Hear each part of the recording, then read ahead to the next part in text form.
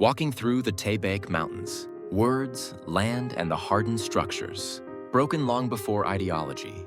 The Taebaek Mountains is a large-scale, historical narrative that follows the intense struggles and deep scars of the Korean people.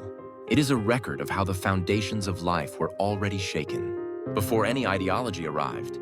Long before what is right became a question, the fundamental conditions of life had already collapsed through exploitation and poverty. The hunger and the loss of land were not just economic issues. They were the primary fuel for what was to come. This is not just a story of the past. It follows the hardened structures that still dominate our reality. The narrative seeks to restore the invisible labor and the essential values, buried under the weight of political labels. Prologue. A town between two powers. Beolgyo was a town where the state's power was strangely absent or doubled. It was a space where the logic of the day and the logic of the night existed simultaneously, forcing residents into a constant state of calculation.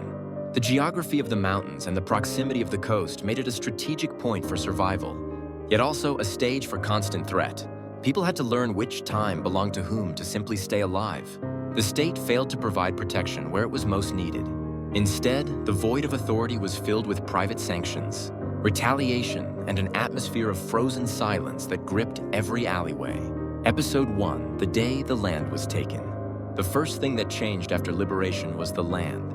For farmers, land was not just property, it was their life, their history, and the very ground of their existence. When ownership was suddenly redistributed through political force and betrayal, the trust that had held the community together for centuries shattered. The irreversibility of labor was destroyed as political loyalty replaced honest work. The act of tilling the soil became a political gamble. Farmers who had worked on their knees all their lives suddenly found themselves as either ideological warriors or wanderers driven from their own soil.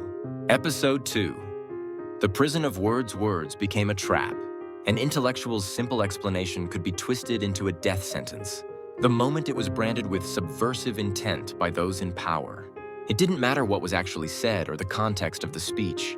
What mattered was who heard it and how they decided to record it. As a permanent stigma on the speaker's back, people learned to censor their thoughts before they even reached their lips. The village became a silent prison, where everyone was watching everyone else's mouth, and sincere language vanished into hollow responses. Episode 3. The people who stopped speaking first. Silence moved faster than speech. At the market, traders who once shouted their wares stopped, speaking after being interrogated for merely relaying a rumor. People gathered in front of notices but did not read them aloud. They used eyes and gestures to communicate, striving to avoid leaving any trace of their thoughts that could be recorded by others. Waiting became a new rule of life. No one wanted to be the first to open their mouth. The patience to hold out until someone else spoke first became a critical skill for survival in the marketplace. Episode 4, The Village Where No One Was Safe.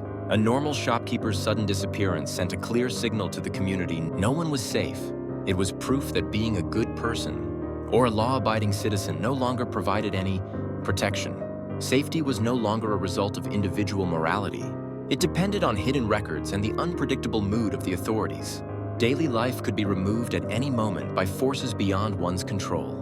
Fear became the only shared emotion, but it was a quiet, frozen fear. As the entire village was integrated into an invisible zone of surveillance, neighbors became potential sources of threat rather than comfort. Episode 5. The Barred Doors. The boundary of safety, narrowed to the threshold of one's own house.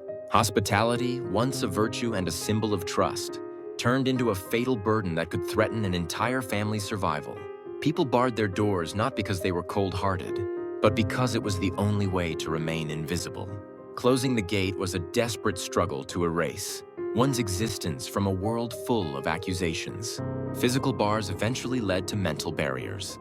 The silence flowing through each house left deeper scars than external violence, creating irreversible cracks in the community that would not easily heal. Episodes 6 and 7, Words as Traps in the Trap of the Past. Past associations became a snare.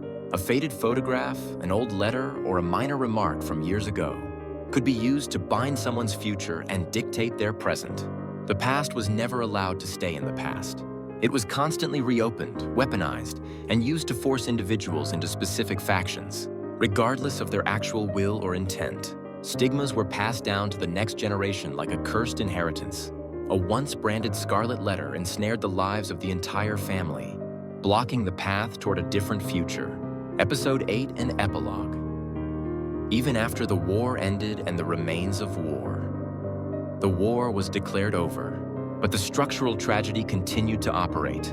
Peace seemed to have returned to the surface, but unresolved hatred and active stigmas remained sticky beneath the daily routine. Certain words became blades rather than descriptions. These terms, once used to justify killing, did not disappear. They survive today as tools for division and attack in protest sites and political slogans. This is not a finished lesson, it is an ongoing state of tragedy. As long as people are judged by labels rather than their lives, the structure of the Taebaek Mountains continues to function in this very moment.